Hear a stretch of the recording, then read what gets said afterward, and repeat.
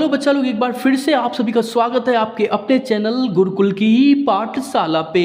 आज हम सॉल्यूशन का आखिरी क्वेश्चन करने वाले हैं। वैसे तो शॉर्ट में ये क्वेश्चन मैं करा चुका, बट ये क्वेश्चन बहुत इंपॉर्टेंट लॉन्ग में भी आता है, इसलिए रिपीट किया।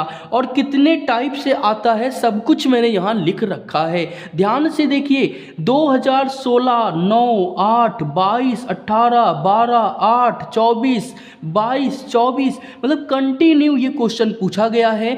2024 में पूछा गया था, राउल्ट के नियम को परिभाषित कीजिए।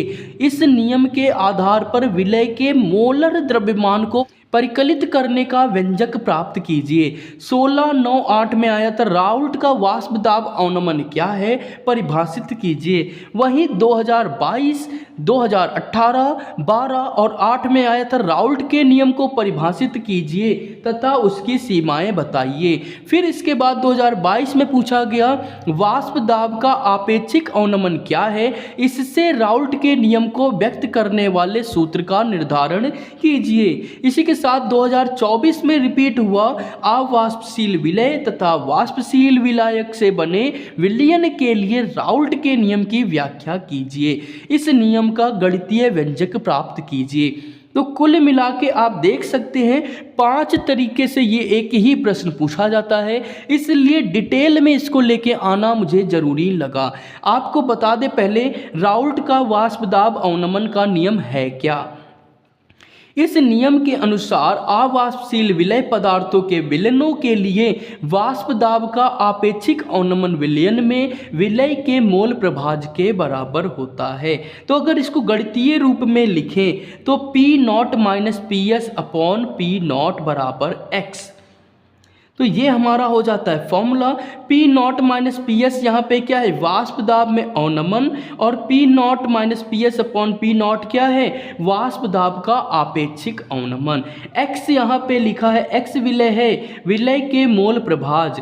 n लिखा है तो मोलों की संख्या विलय में, और कैपिटल N है तो विलायक के मोलों की संख्या। तो ये हो गया इसके सूत्र तथा उसकी सारी जानकारी। अब हम चलते हैं वीडियो में आगे। जैसा कि यहाँ दिखाई दे रहा है, तनु विलयनों के लिए small n is smaller than capital N, अतः n को हर में छोड़ देने पर, n को हर में, हर का मतलब होता है कि ये बेस में, तो यहाँ पे P0 - PS अपॉन P0 बराबर small n upon capital N।